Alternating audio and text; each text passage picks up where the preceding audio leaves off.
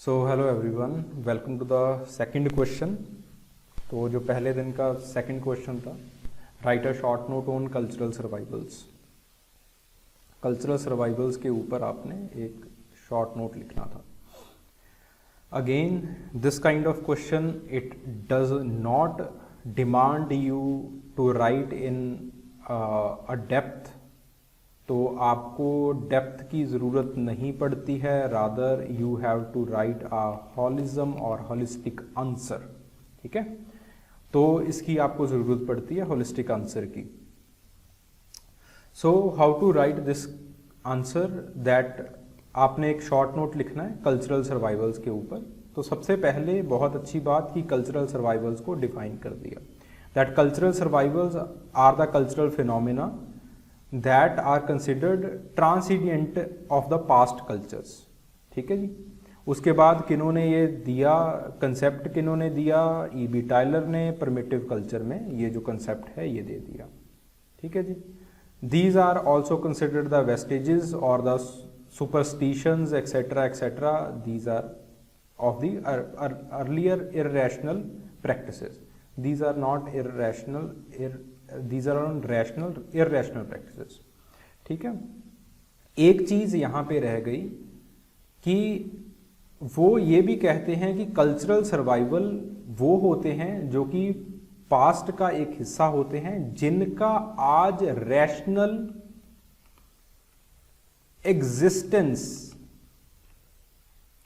नहीं है। This is most important thing. ऐसी चीजें जो आज आपके पास हैं लेकिन उसका रैशनल एग्जिस्टेंस आपको नहीं पता है। For example take the case of pottery, take the case of couvade practice. इन्होंने भी आगे चल के काउवेड का एक जो एग्जाम्पल है वो ये दिया है। काउवेड में क्या होता है कि जब जो लेडी है वो गर्भवती होती है, जब वो प्रेग्नेंट होती है, तो हस्बैंड और उसकी लेडी की सांस कुछ फास्टिंग वगैरह या फिर कुछ रिचुअल्स किए जाते हैं, and it is throughout every primitive culture. हर एक कल्चर में ये किया जाता है, कुछ ना कुछ किसी ना किसी तरह के जो व्रत वगैरह जो फास्टिंग वगैरह होती है वो होगी। तो this is known as couvade practices. तो इनको हम काउवेड प्रैक्टिसेस कहते हैं। ठीक है, तो इनका रैशनल एग्जिस्टेंस नहीं है। रैशनल एग्जिस्टेंस का मतलब है कि अगर आप रैशनली सोचोगे तो किसी और के खाना ना खाने से जो बच्चा है वो कैसे हेल्दी पैदा हो जाएगा। ठीक है, तो इसका रैशनल एग्जिस्टेंस नहीं है। तो E.B. टायलर जैसे लोग जो हैं, जो क्लासिकल एवोल्यूशनिज्म है, वो कहता है कि these are the transients of और these are the vestiges of the previous irrational practices. ठीक है, तो ये इस तरह से वो बताते हैं। ओके, सो ये मटेरियल कल्चर में भी होते हैं, नॉन मटेरियल कल्चर में भी होते हैं। ठीक है, यहां पे काउवेड को हल्का सा एक्सप्लेन कर दो, that what is couvade. These are some of the ritual practices जो प्रेगनेंसी के टाइम के ऊपर करी जाती हैं। ठीक है, पॉटरी भी लिख दिया इन्होंने, दैट ये बार्बरिज्म एरा का एक कल्चरल सर्वाइवल है। फिर उसके बाद लिख दिया दैट इसकी एप्लीकेशन क्या है, what is the application of the cultural survival, इस कंसेप्ट की एप्लीकेशन क्या है। तो मैक्लिनन ने इसको कल्चरल सर्वाइवल्स को एक सिंबॉलिक फॉर्म की तरह यूज किया है। फॉर एग्जाम्पल मॉक बैटल्स होते हैं, जब शादी करनी होती है या फिर स्वयंवर वगैरह रचाया जाता है in tribal societies, mock battles किए जाते हैं, कॉम्बैट बैटल्स किए जाते हैं। तो मैक्लिनन कहते हैं कि these mock battles these are a form of the earlier stage, जब आपके पास मैरिज बाय कैप्चर हो रही होती थी। ठीक है, तो उसका एक ट्रांजिडियंट नेचर है, उसका ही एक फॉर्म है आपके ये जो स्वयंवर हैं, ये जो मॉक बैटल्स हो रहे हैं। ठीक है, लेकिन फिर उसके बाद क्रिटिसिज्म है इसका।